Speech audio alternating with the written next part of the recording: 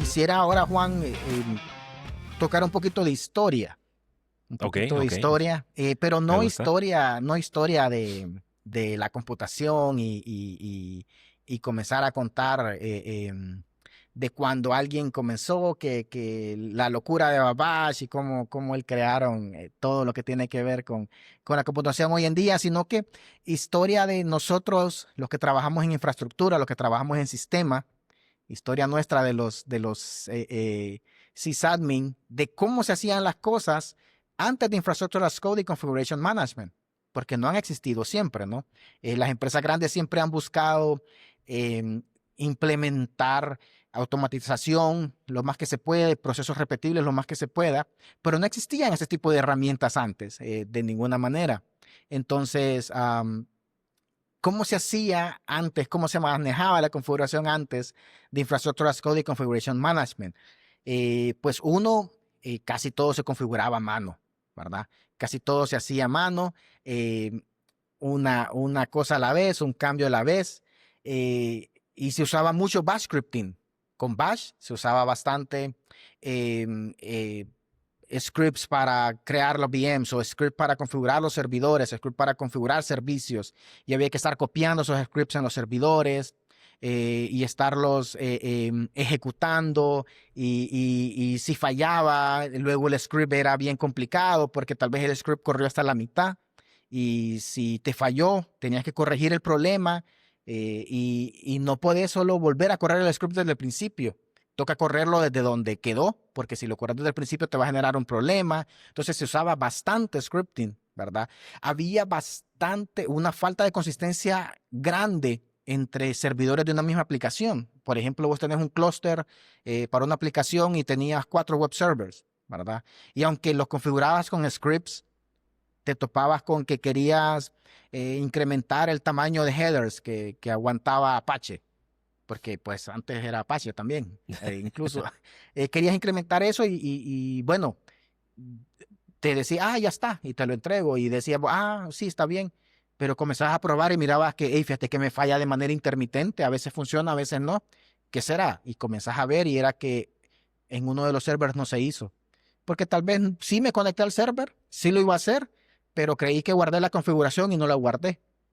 O si guardé la configuración, pero olvidé reiniciar el servicio, entonces no tomó la nueva configuración. Entonces había una cantidad de inconsistencias de manera constante. O sea, lo que era constante era la inconsistencia, ¿verdad? Pasaba todo el tiempo, definitivamente, porque es que era propenso al error humano, súper propenso al error humano, porque todo se tenía que hacer a mano. Y de nuevo, aún en empresas grandes, a mí no me tocó llegar hasta ahí, quiero mencionarlo, quiero aclararlo, pero aún en empresas grandes utilizaban scripting o utilizaban Python. Python era bastante usado para esto.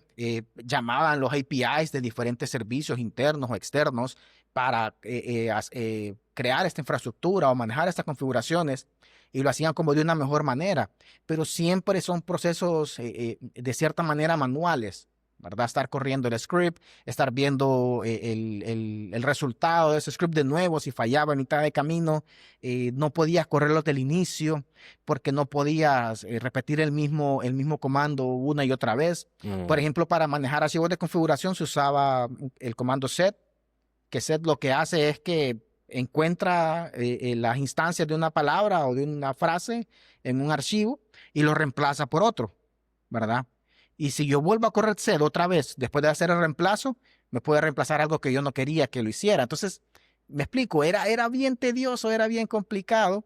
Y de las cosas más críticas que ocurrían, Juan, antes, el antes del Infrastructure as Code y Configuration Management, eh, era que se dependía bastante de una persona o de algunas mm. cuantas personas que eran el sabelotodo, porque son los que configuraron la mayoría de lo que está, son los que entienden mejor la infraestructura y se dependía demasiado de ellos porque no había un registro de cómo se implementó, qué cambios se hicieron, no hay un repositorio para ir a ver el historial, no había ni siquiera muy buena documentación. Ellos eran Y el chat GPT de la empresa, que si querías saber ey, algo, a ellos le preguntabas. Sí, porque era los modelos de ellos eran los únicos que se entrenaron con todo lo que había, ¿no? Y ellos te pueden decir, no, es un problema de Nginx y no te contaron de que tienen por ahí escondido un archivo de configuración Mm, que no lo está leyendo, o no te contaron que copiaban un certificado SSL de manera manual. O sea,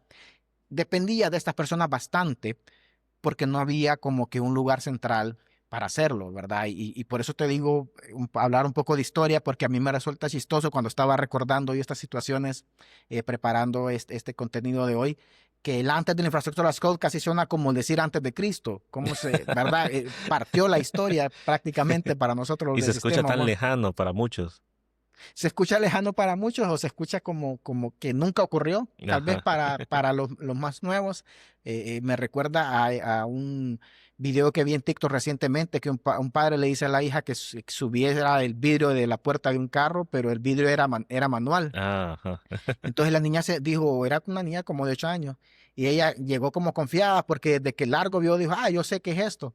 Y a la manecilla Ajá. le giraba la perilla porque esa manecilla es para que cuando le des vuelta a Sí, toda la manivela, gire con vos. Pero ella giraba la perilla así, según sí, ella como, se iba a como la subir del el vidrio, volumen. como la del volumen le daba y ella quedaba, y no paró de hacerle para un lado, para el otro, ella juraba que así era.